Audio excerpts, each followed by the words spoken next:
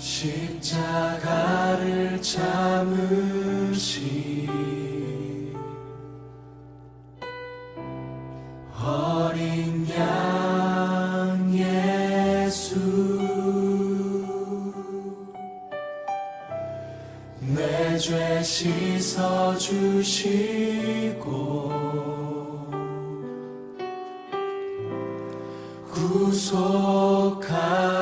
구속하셨네. 고난주간 셋째 날 찬송가 144장 예수 나를 위하여 가사를 생각하며 우리의 고백의 찬양이 되기를 원합니다.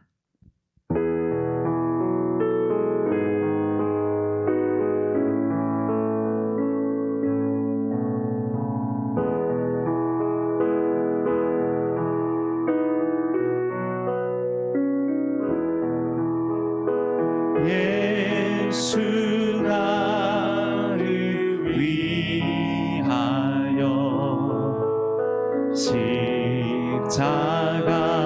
십자가를 질 때 세상 죄를 지시고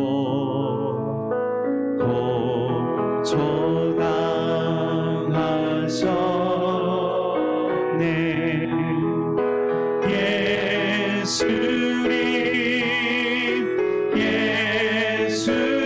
예수님 나의 죄 위하여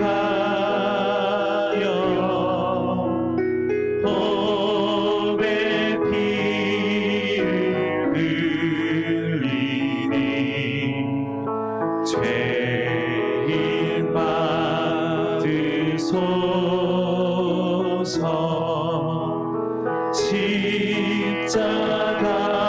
십자가를 지심을 무슨 죄라이나 저무지한 사람들 메시아 죽여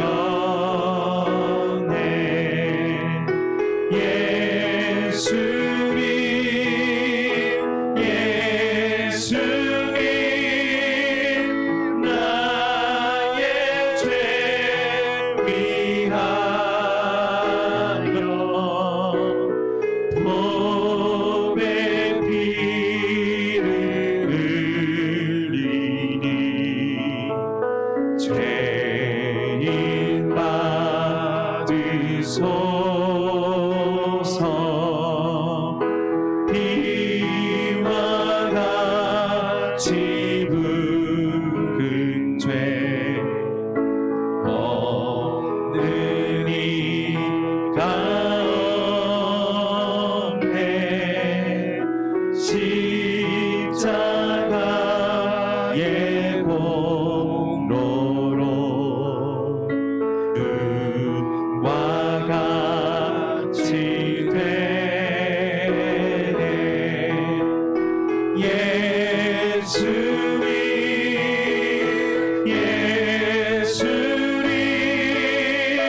나의 죄 위하여 보배 피를 흘리니 죄인 받으소 아름답다 예수님 아름답다 예수여 나의 좋은 친구 예수 공로 아니면 영원한 벌 받 예수님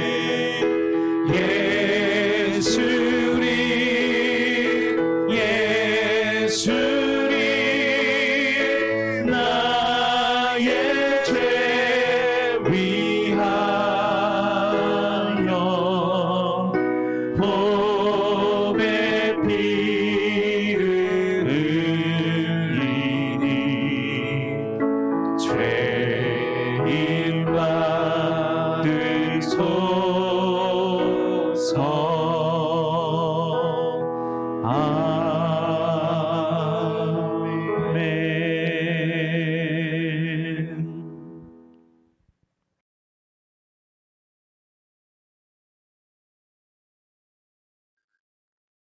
특은새 셋째 날 하나님께서 주시는 말씀은 누가복음 23장 13절부터 25절까지입니다. 봉독을 합니다. 빌라도가 대제사장들과 관리들과 백성을 불러 모으고 이르되 너희가 이 사람이 백성을 미혹하는 자라 하여 내게 끌고 왔도다. 보라, 내가 너희 앞에서 신문하였으되 너희가 고발하는 일에 대하여 이 사람에게서 죄를 찾지 못하였고 헤롯이 또한 그렇게 하여 그를 우리에게 도로 보내었도다. 보라, 그가 행한 일에는 죽일 일이 없느니라. 그러므로 때려서 놓겠노라. 우리가 일제히 소리질러 이르되 이 사람을 없이 하고 바라바를 우리에게 놓아 주소서 하니 이 바라바는 성중에서 일어난 밀란과 살인으로 말미암아 옥에 갇힌 자로라. 빌라도는 예수를 놓고자 하여 다시 그들에게 말하되 그들은 소리질러 이르되 그를 십자가에 못 박게 하소서, 십자가에 못 박게 하소서 하는지라. 빌라도가 세 번째 말하되 이 사람이 무슨 악한 일을 하였느냐? 나는 그에게서 죽일 죄를 찾지 못하였나니 때려서 놓으리라 하니 그들이 큰 소리로 재촉하여 십자가에 못 박기를 구하니 그들의 소리가 이긴지라. 이에 빌라도가 그들이 구하는 대로 하기를 언도하고 그들이 요구하는 자 곧 밀란과 살인으로 말미암아 옥에 갇힌 자를 놓아주고 예수는 넘겨주어 그들의 뜻대로 하게 하니라. 충격적인 사건입니다. 제자가 스승을 팔아넘겼지요. 가룟 유다가 은 30을 받고 예수님을 팔아넘겼어요. 예수님이 잡혀갔습니다. 아주 충격적인 그러한 사건이죠. 예수님을 잡아간 자들이 예수님을 대제사장의 집으로 끌고 갑니다. 그리고 밤새 예수님을 조롱합니다. 때립니다. 모욕을 줍니다. 날이 새자 예수님을 잡아간 자들이 이제 사내들인 공회로 예수님을 끌고 갑니다. 그곳에서 예수님을 신문합니다. 그리고 뜻을 모으지요. 신성모독죄로 예수를 죽이자. 그러나 그들에게는 사형 집행 권한이 없어요. 오직 로마 총독만이 사형을 선고하고 사형 집행을 할 수 있지요. 그래서 그들은 예수님을 끌고 로마 총독 빌라도에게로 갑니다. 그러니 총독 빌라도가 예수님을 신문합니다. 이것도 물어보고 저것도 물어보고 그는 예수님을 끌고 온 자들에게 이렇게 말합니다. 나는 이 사람에게서 죄를 찾지 못하겠다. 그리고 예수님을 갈릴리 지역의 분봉왕 헤롯에게로 보냅니다. 헤롯 왕이 유월절 명절을 지키기 위해서 지금 예루살렘에 와 있다는 소식을 듣고 이 빌라도가 예수님을 그에게로 보낸 거지요. 책임 회피한 거죠. 그래서 헤롯 왕이 예수님을 신문합니다. 그러나 그 역시 예수님에게서 죄를 찾지를 못해요. 그러나 예수님을 처벌하기를 원하는 이 유대 종교 지도자들의 눈치를 봐야 하기 때문에 그들과 함께 예수님을 조롱합니다. 그리고 다시 총독 빌라도에게로 예수님을 돌려보내지요. 그러자 총독 빌라도가 다시 예수님을 신문하게 된 거예요. 그러나 마찬가지로 예수님에게서 죄를 찾을 수가 없어요. 총독 빌라도가 이렇게 말합니다. 아무리 신문을 해도 이 사람에게서 죄를 찾을 수가 없다. 그 헤롯 왕도 마찬가지 아니었느냐? 그래서 나에게로 되돌려 보낸 것 아니냐? 이 사람에게서 죄를 찾지 못하겠다. 죽여야 할 이유가 없다. 그러니 때려서 놓아주겠다. 매질이나 좀 하고 그런 후에 풀어주겠다. 당시에 고발한 자들의 체면을 생각해서 고발당한 자를 때려서 놓아주는 관습이 있었거든요. 그렇게 하겠다는 거예요. 너희들 체면을 생각해서 예수를 좀 때려서 풀어주겠다. 그러자 무리가 소리치며 반대합니다. 예수를 십자가에 못 박아라. 이 총독 빌라도의 제안이 먹히질 않아요. 이들의 뜻을 무시하고 예수를 풀어주어서 행여 밀란이라도 일어난다면 빌라도는 출세는커녕 좌천이 되고 말 것이에요. 인생이 꼬이지 않겠습니까? 빌라도가 무리를 향하여서 이런 제안을 합니다. 좋다. 너희들 원대로 예수를 죄인으로 선포하겠다. 그러나 그런 후에 유월절 명절에 관례대로 죄인 중 하나를 놓아줄 터인데 그때 이 예수를 놓아주겠다. 그러자 무리가 일제히 또 소리칩니다. 예수를 십자가에 못 박으라. 그리고 바라바를 놓아주라. 바라바는 또 누굽니까? 밀란을 일으킨 자, 살인죄, 그 살인죄로 감옥에 들어가 있는 사람 아닙니까? 이런 분위기 속에서 총독 빌라도가 세 번째로 외칩니다. 도대체 이 사람이 무슨 악한 일을 하였느냐? 나는 그를 죽일 죄를 찾지 못하겠노라. 그냥 때려서 놓아주겠다. 그때 무리가 더욱더 크게 소리치죠. 결국 총독 빌라도는 그들의 뜻을 따릅니다. 그리고 불의한 재판을 하고 말지요. 메시아 예수 사형, 밀란을 일으키고 살인을 저지른 바라바 석방. 오늘 이 본문 속에서 우리에게 주시는 소중한 메시지가 있습니다. 첫째, 나의 하나님은 약속을 지키시는 신실하신 분이시다. 재판장 빌라도는 세 번씩이나 선언을 합니다. 나는 이 사람에게서 죄를 찾지 못하겠노라. 그러자 무리가 소리치죠. 예수를 십자가에 못 박으라. 재판장 빌라도는 이렇게 선언을 합니다. 좋다. 너희들 주장대로 예수를 죄인이라고 하자. 그 대신 유월절 명절의 관례대로 한 명의 죄수를 풀어줄 때 이 예수를 풀어주겠다. 그러자 무리가 소리치죠. 무슨 소리냐? 안 된다. 바라바를 풀어주고 예수를 십자가에 못 박으라. 재판장 빌라도는 이렇게 선언합니다. 그래, 좋다. 그를 고발한 너희들의 체면을 위해서 그를 때리자. 그리고 풀어주자. 그러자 무리가 소리칩니다. 무슨 소리냐? 안 된다. 예수를 십자가에 못 박으라. 유대 종교 지도자들의 지시에 따라서 무리는 소리를 치고 있는 것입니다.